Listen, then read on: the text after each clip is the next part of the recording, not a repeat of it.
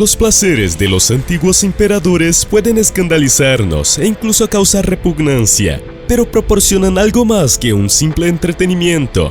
Nos ofrecen una visión a través de la cual podemos dar más sentido a una sociedad antigua.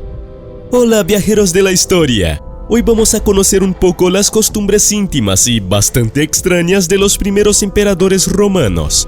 ¿Tienes curiosidad? Pues ya deja tu super like y sin más preámbulos vayamos al video.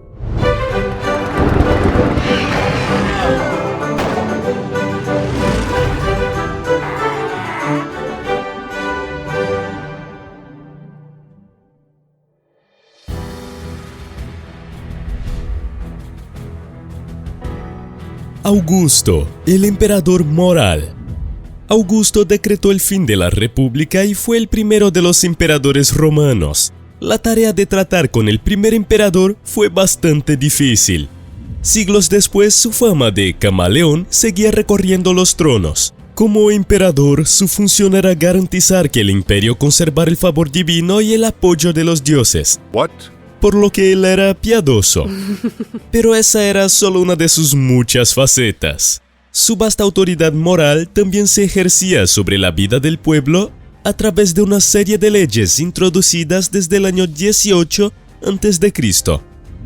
Estas leyes fueron diseñadas, entre otras cosas, para promover relaciones sanas y prósperas. Una de ellas castigaba el adulterio con el destierro, otra promovía la reproducción y penalizaba el celibato. Increíblemente, los cónsules que introdujeron esta ley, Marco Papio Mutilo y Quinto Pompeyo II, eran solteros y sin hijos. La hipocresía se cierne sobre el imperio.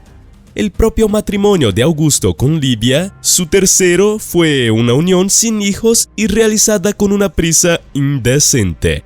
Se divorció de su segunda esposa, Escribonia, el día que ésta dio a luz. Era de conocimiento general que Augusto era un adúltero. Sus últimos años estuvieron marcados por una particular predilección por las vírgenes, algunas de las cuales fueron adquiridas para él por su propia esposa Livia. No toleraba las faltas de los demás. Su hija Julia fue exiliada a las Islas Tremiti cuando se descubrió su aventura con Décimo Junio Silano.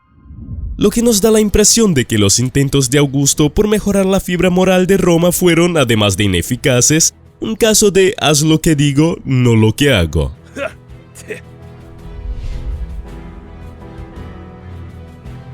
Capri de Tiberio. Uno de los generales más queridos de Roma fue también uno de los más difíciles de tratar. Siendo uno de los emperadores romanos más reacios, ascendió al poder tras la muerte de Augusto en el año 14. Inicialmente Tiberio intentó rechazar la oferta del Senado para aceptar el trono. Cuando aceptó, se mantuvo alejado de la capital. Aislado en una isla y alejado de la vista del público, su lado más oscuro empezó a aflorar. Primero fue la isla de Rodas. Hacía solo 8 años que había asumido el trono y su aislamiento representaba una especie de retiro prematuro cuyo motivo sigue siendo oscuro. Se supone que la vergüenza de las relaciones extramatrimoniales de su esposa fue uno de los factores. En Rodas, sus costumbres exacerbadas empezaron a imponerse. Retirándose completamente de Roma y dejándola en manos del prefecto pretoriano Sejano, en la isla de Capri, Tiberio se dejó llevar totalmente por el libertinaje. Allí el recluso dio rienda suelta a sus perversiones. Esto incluía actos íntimos en grupos dirigidos por expertos, habitaciones decoradas con esculturas y pinturas eróticas, bibliotecas repletas de manuscritos eróticos que servían de manuales de instrucción. Uno de los casos más famosos es el de sus pececitos, como los llamaba, jóvenes entrenados para nadar entre sus piernas y lamer y mordisquear su cuerpo. La muerte de Tiberio en el año 37 no fue llorada en lo más mínimo por el pueblo, que apenas sabía lo que le esperaba.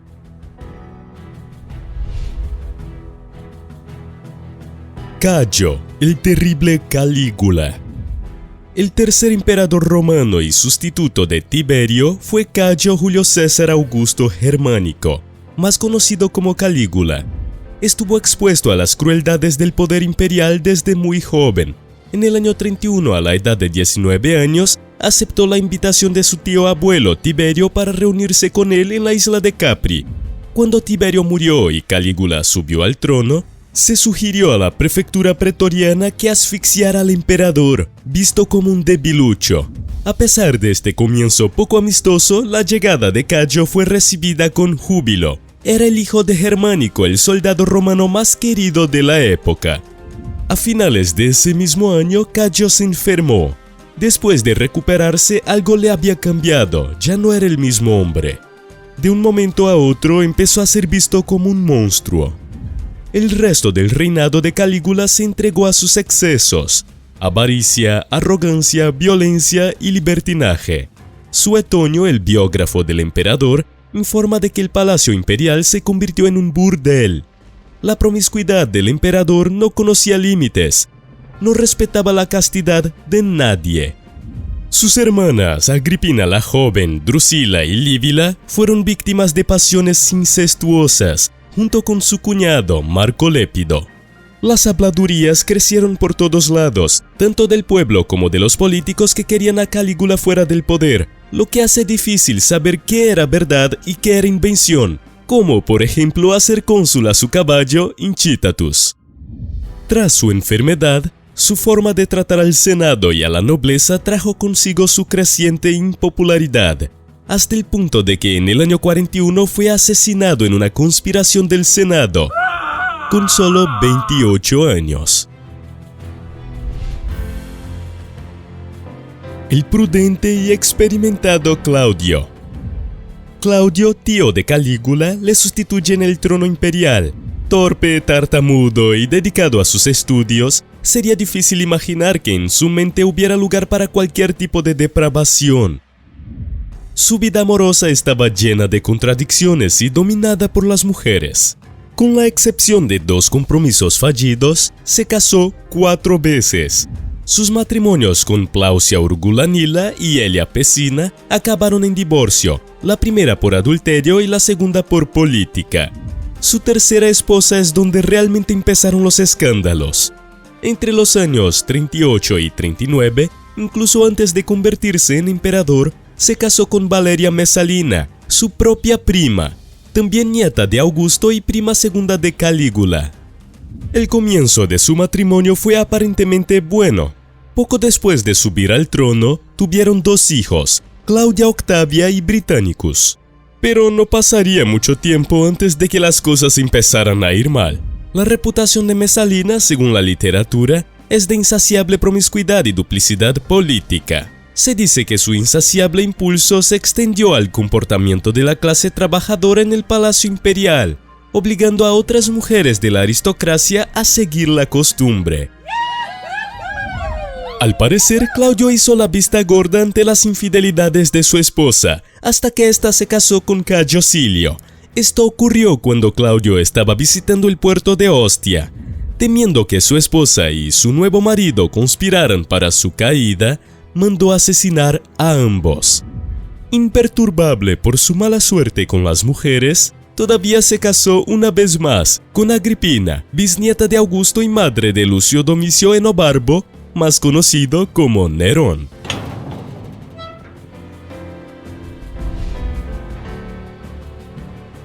El desequilibrado Nerón. Se sugiere que Claudio fue envenenado por su última esposa, Agripina. Quien lo reemplazó fue Nerón, el hijo de Agripina. Es probable que quisiera sacar a su anciano marido del marco para hacer lugar a su hijo. Adoptado por Claudio a la edad de 13 años, solo necesitó 4 años para ascender a la posición de mayor poder en el mundo antiguo, con solo 17 años. Inicialmente popular y sabiamente aconsejado, el joven emperador se abrió rápidamente a una serie de vicios. La verdad de los escándalos, como mucho de lo que ocurre con el Imperio Romano, es difícil de determinar.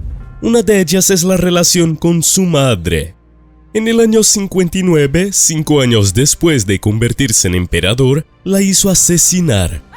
Ideó un plan para que pareciera un accidente y su barco se hundiera, pero no tuvo éxito, así que ordenó que se hiciera de cualquier forma.